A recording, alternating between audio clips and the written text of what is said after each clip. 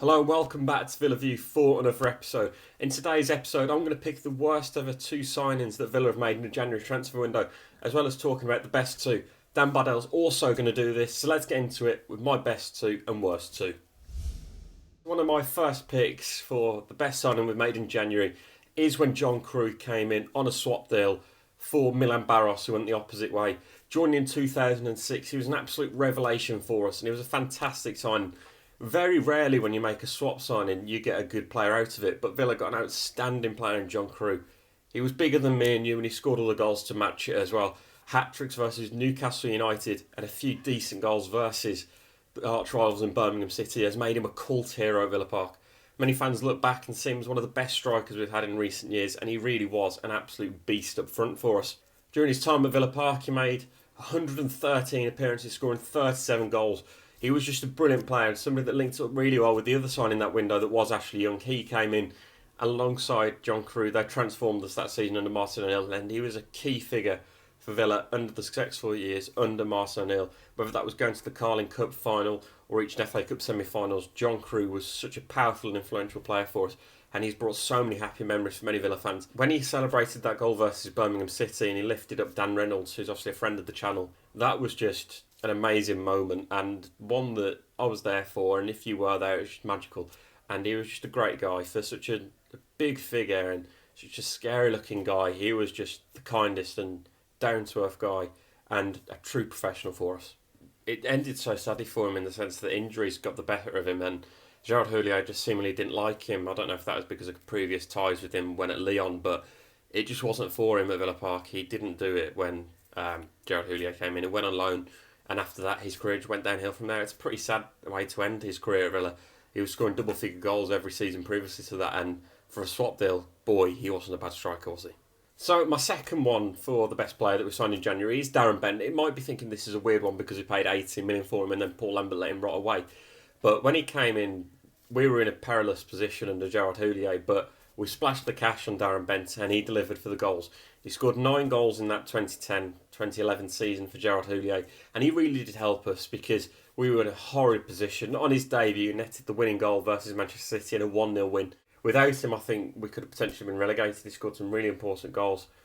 He scored a brace versus Arsenal towards the end of the season, which was a brilliant brace as well. He was such a clinical striker, and we haven't had somebody that can put the ball away like him for some time. And he even celebrates scoring against Birmingham City like he's playing for Aston Villa still when he scored for Derby County a few weeks ago. So what is not to love about the guy?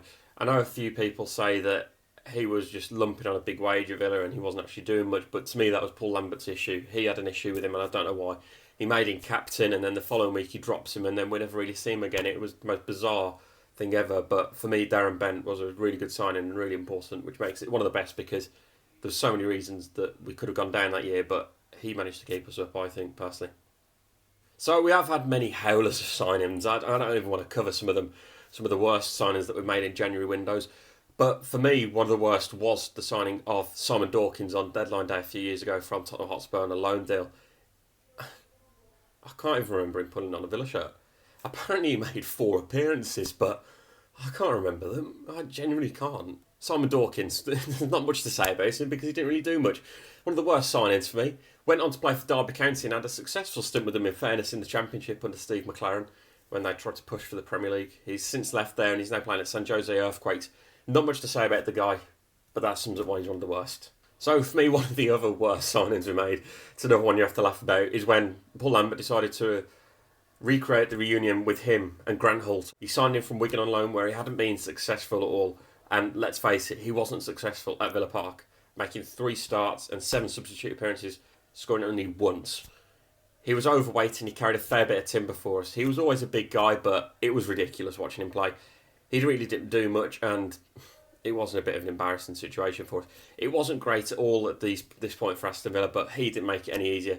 It rubbed salt in the wounds for me, and he never really recreated what he was doing at Norwich a few years previously, where he was the big target man and the man that could do so much with his feet. For a big man, it was just weird seeing him play because he was past it by this point, and you can see the way his career went downhill after that. At one point, he was being talked about as an England international, but when he came to Villa, he was past that, and he was just past it. His legs had gone, everything had gone, and he just wasn't the player that many thought he was, and it wasn't a pretty signing, and it didn't help us at all.